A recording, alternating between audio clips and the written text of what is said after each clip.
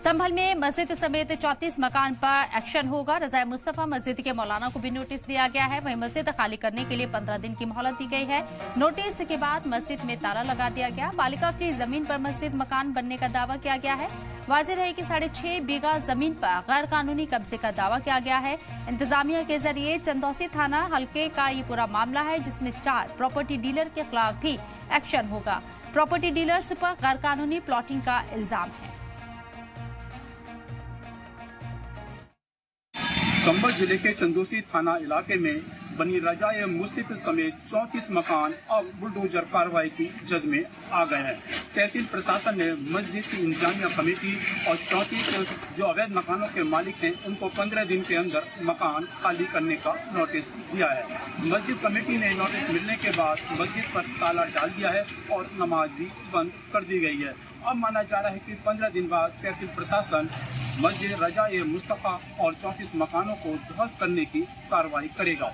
मैं इस समय चंदौसी थाना इलाके की रज़ाए मुस्तफा मस्जिद पर मौजूद हूँ। आप देख सकते हैं कि नोटिस मिलने के बाद यहाँ पर जो मस्जिद का मेन गेट है उस पर ताला डाल दिया गया है। जैसा कि इलाके के लोगों का कहना है कि नोटिस मिलने के बाद यहाँ पर नमाज भी बंद कर दी गई है। मैं आपको दिखाना चाहूँगा कि चंदौसी थाना इलाके के ये लक्ष्मणगंज में बनी ये रज़ाए मुस्तफा मस्जिद नगर पालिका की सड़क पर बनी है। शिकायत मिलने के बाद प्रशासन ने फिर जांच कराई गई थी। डीएम भी मौके पर पहुंचे थे और इसको पूरी तरीके से अवैध पाया गया था।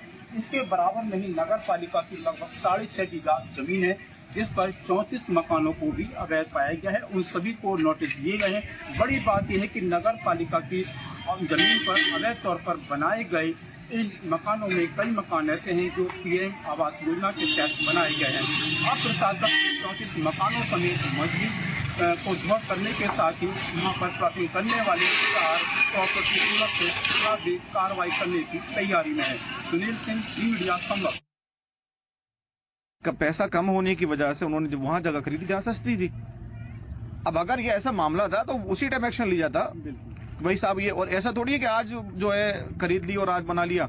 एक बार, 2 बार, 3 बार, 4 बार लोगों ने इसको बेचा है, तब कोई नहीं आया।